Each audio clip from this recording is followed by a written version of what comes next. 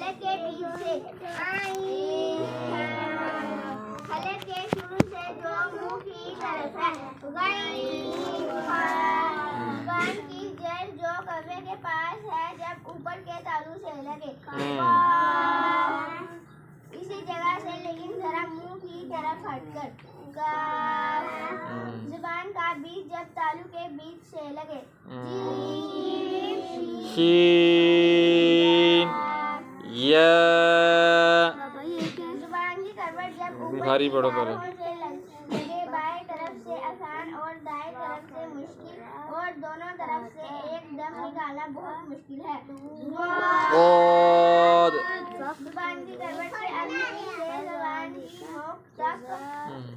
अरे तो ये भूल गए जब वो ऊपर के अगले 4 दांतों बाबा से जी शुरू से लगे ये दोनों पढ़े हैं लम ये चीन लिया है इन्हीं पर की तरफ से एक कम हो जाता है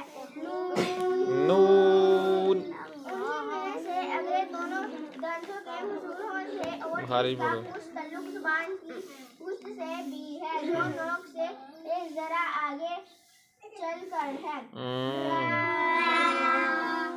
जुबान की नोक जब ऊपर के अगले 2 दांतों की जड़ की तरफ वाले आधे हिस्से से लगे तो अरे मैं दो बाबा जी मैं दो भूल गई तो भूल गए भाग की गई तरफ वाले आधे हिस्से से लगे और नीचे के अगले दोनों दांतों के दरमियान आ जाए ऊपर के अगले दोनों दांतों की नोक जब नीचे के होंठ के अंदर वाले हिस्से से लगे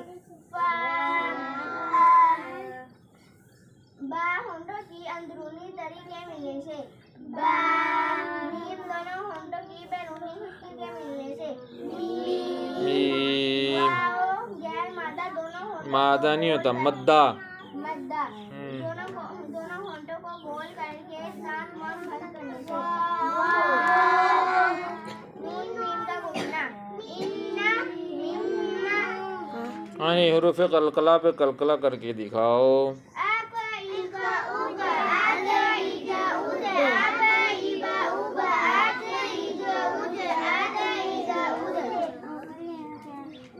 वतआवनु लो ये जिसको सबक याद हो गया वो चला जाए मुझे हो गया जिसको नहीं हुआ वो उधर बैठे मुझे भी हो गया